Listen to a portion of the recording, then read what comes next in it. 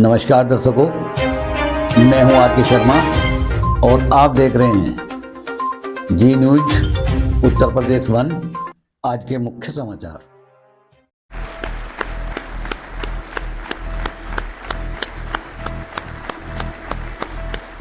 भारत के 50वें मुख्य न्यायाधीश के तौर पर डी.वाई. चंद्रचूड़ रिटायर हो चुके हैं, जिसके बाद अब कई लोगों के मन में ये भी सवाल है कि रिटायरमेंट के बाद डी.वाई. चंद्रचूड़ क्या करेंगे, अब उनका फ्यूचर प्लान क्या है, जिसको लेकर अब चंद्रचूड़ ने भी खुलकर इस विषय पर अपनी राय रखी। इस मुद्दे पर अपनी राय रखते हुए डी.वाई. चंद्रचूड़ ने कहा, जब कोई व्यक्ति सीजीआई या जज के पद से रिटायर होता है तब भी लोग उन्हें सीजीआई या जज के तौर पर ही मानते हैं। उन्होंने कहा कि ऐसे में रिटायरमेंट के बाद भी आप एक जिम्मेदार व्यक्ति होते हैं। उन्होंने कहा कि रिटायरमेंट के बाद भी आपके काम ऐसे होने चाहिए जिसमें जिम्मेदारी दिखती हो, क्योंकि ऐसे पद को छोड़कर जब आप आते हैं तो समाज को आपसे एक खास तरह के व्यवहार की उम्मीद होती है।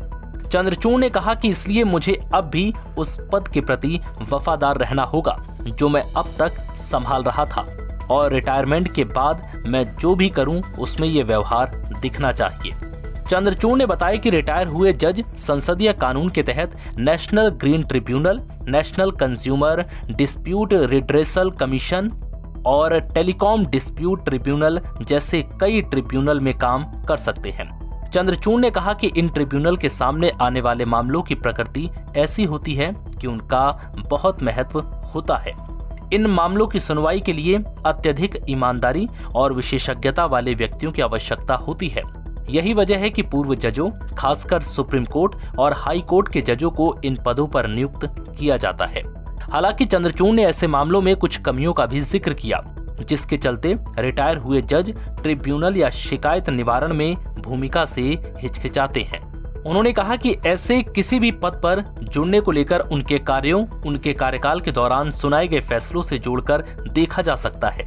इस तरह की चर्चा ही कई जजों को रिटायरमेंट के बाद की भूमिका को स्वीकारने से रोकती है, जिसे उन्होंने बेहद दुर्भाग्यपूर्ण बताया। वहीं देश के नए सीजीआई संजीव खन्ना ने कहा कि मुझे कभी जस्टिस चंद्रचूड़ की अदालत में पेश होकर कुछ कहने का मौका नहीं मिला, लेकिन इन्होंने वंचित युवाओं और जरूरतमंदों के लिए जो किया वो अतुलनीय है। बता दें कि डी.वाई. चंद्रचूड़ ने बतौर सीजीआई अनुच्छेद 370, समलैंगिक विवाह, चुनावी बॉन्ड समेत कई बड़े मामलों पर फैसला सुनाया। उनके फैसलों को लेकर देश भर में उनकी तारीफ भी की जाती है। विदाई समारोह में उनके साथी जजों और अगले न्यायाधीश संजीव खन्ना ने भी उनके काम की तारीफ कर कहा कि उनके जाने के बाद कोर्ट में सूनापन लगेगा, सभी को उनकी कमी महसूस होगी। अब हर किसी के मन में ये सवाल उठ रहा है कि सीजीआई के पद पर रहते हुए तो चंद्रचूड़ को कई सुविधाएं मिलती हैं, लेकिन रिटायरमेंट के बाद सीजीआई चंद्रचूड़ को कौन कौन सी सुविधाएं मिलेंगी, कितनी पेंशन मिलेगी, क्या क्या सुविधाएं दी जाएंगी, साथ ही कौन कौन से प्रोटोकॉल होंगे, तो चलिए आपको बताते हैं। रिटायरमेंट के बाद भी डी.वाई. चंद्रचूड़ को कई तरह की सुविधाएं मिलेंगी, जिनमें सरकारी आवास, सीजीआई जहां अपने परिवार के साथ रह सकते हैं, सुरक्षा गार्ड्स, और इसके अलावा रिटायरमेंट के बाद सीजीआई को पेंशन और विशेष भत्ते भी दिए जाते हैं।